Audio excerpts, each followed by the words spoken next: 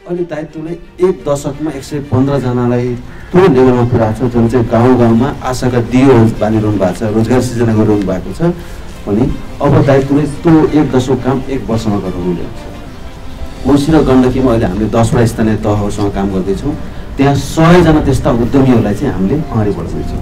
भनेपछि अहिले लुम्बिनी प्रदेशमा फेरि पालिकाहरू थपिदिएपछि अब आउने आर्थिक वर्षमा चाहिँ हामीले 17वटा पालिकामा काम गर्दैछौँ।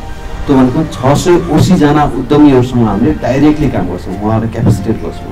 भनेपछि 170 जना ती आशाका दियोहरू गाउँ गाउँमा रोजगारी सृजना गर्न चाहिँ अगाडि बढिरहनु भएको छ। कार्यक्रम गर्नको लागि नभएर चाहिँ ती 680 जना जुन हामी उद्यमीलाई क्यापेसिटेट गरेर 170 जनालाई हामी वितरण गर्छौँ। ती आशाका दियोहरू गाउँ गाउँमा पाल्नलाई चाहिँ यो जीत मिसन आशा चाहिँ त्यति महत्त्वपूर्ण छ।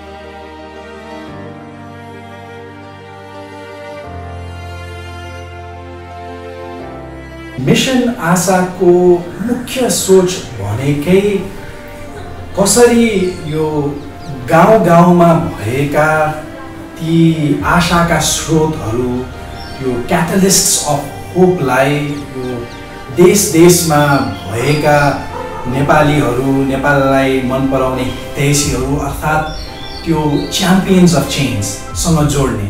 आशाको दियो बोकी देश देशमा नेपाली, समुदाय सरकार सबै मिली गाउँ गाउँमा रोजगारी। यो कसरी गर्ने भन्ने नै सङ्कल्पना सहित हामीले मिसन आशा अन्तिम वर्ष सुरु गरेका थियौँ। र त्यो वर्ष म अमेरिकामा गएँ, अमेरिकाको धेरैवटा सहरहरूमा पुगेँ, यहाँहरूसँग भेट भयो, बसेर मजासँग हामी देश कहाँ छ, गाउँमा भएका ती युवा उद्यमीहरूले कसरी मेहनत र सृजनशीलता सहित रोजगारी सृजना गरिरहनु भएको छ त्यो कुरा गऱ्यौँ। र यहाँहरूले दिनुभएको त्यो आर्थिक र जो हिम्मत दिनुभयो त्यसको आधारमा हामीहरूले 10वटा पालिकामा काम गरिरहेका छौँ। अब यो वर्ष त त्यो कामलाई देखेर त्यो 2वटा प्रदेश सरकार, कोशी गण्डकी सरकारले दिएका छन्। यो वर्ष 5वटा प्रदेश 17वटा पालिकामा हामी काम गर्न लागेका छौँ।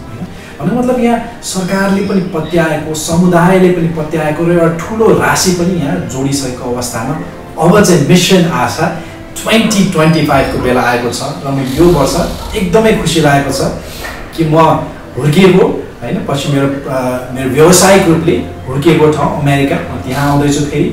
र यो वर्ष चाहिँ बेलायत र क्यानाडामा पनि म आउँदैछु। मलाई पूर्ण आशा छ कि हामीहरूले मिलेर केही गर्न सक्छौँ। मलाई थाहा छ विश्वभरि नै अनेकन किसिमका चुनौतीहरू, आर्थिक चुनौतीहरू पनि छ। त्यो चुनौतीहरूको चपेटामा चाहिँ सीमान्तकृत समुदायहरू, हाम्रो गाउँ गाउँमा विशेष गरिकन त्यसले असर गरेको छ। अब जब आफ्नो परिवारलाई समस्या हुन्छ नि, जस्तो हाम्रो गाउँ घरका ती युवाहरू, ती महिलाहरूलाई जुन असर परेको छ, उहाँहरूलाई परेको समस्यामा त हामीले मन खोल्नु पर्यो नि। हाम्रो परिवारका सदस्यहरू चाहिँ आफ्नो पहिचानको लागि, आफ्नो परिवारको लागि अहिले हो किनभने रोएको बेलामा हो आँसु पुस्नुपर्ने, गाह्रो भएको बेलामा हो मन खोल्नुपर्ने। र त्यही हिसाबले चाहिँ म यसपालि आउँदाखेरि यहाँहरूलाई भेटेर यहाँको सहरमा बसेर राम्ररी यो कार्यक्रमको बारेमा पनि सल्लाह गरौँला र यहाँहरूको साथ पुनः गाउँघरका यी युवा र महिला उद्यमीहरूलाई हुनेछ भन्ने पुनः आशा राखेको छु। धेरै धन्यवाद, चाँडै भेटौँला।